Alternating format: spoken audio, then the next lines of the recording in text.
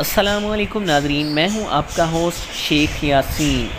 قیام پاکستان کا پہلا مقصد تو ہندوستان کے مسلمانوں کے لیے ایک ایسی مملکت کا حصول تھا جہاں وہ ایک منصفانہ معاشرہ قائم کر سکیں۔ مسلمانوں کو یقین تھا کہ ان کا مذہب یعنی اسلام ایسے اصول فراہم کرتا ہے جن کی روشنی میں سماجی انصاف پر مشتمل ایک جدید معاشرہ قائم کیا جا سکتا ہے۔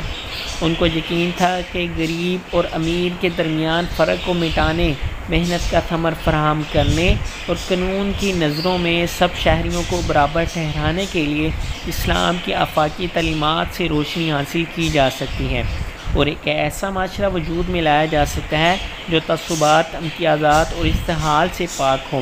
قیام پاکستان کا دوسرا مقصد بر صغیر کے مسلم اکثریت کے حامل علاقوں کے اندر ایک جدید جمہوریت مملکت قائم کرنا تھا۔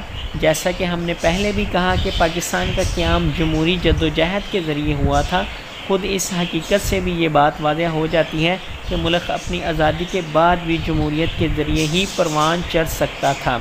جمہوریت کے ساتھ ساتھ ایک دوسرا اصول جو قیام پاکستان سے قبل ہی نئی مملکت کے رہنما اصول کے طور پر تسلیم کر چکے تھے، وہ ملک میں ایک وفاقی نظام کے قیام کا اصول تھا۔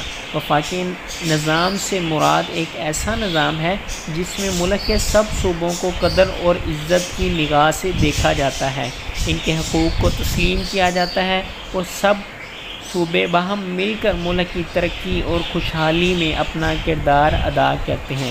امید ہے کہ آپ کو ویڈیو اچھی لگی ہوگی۔ اگر آپ کو یہ ویڈیو اچھی لگی تو اپنے دوستوں سے ضرور شیئر کریں۔ اللہ حافظ۔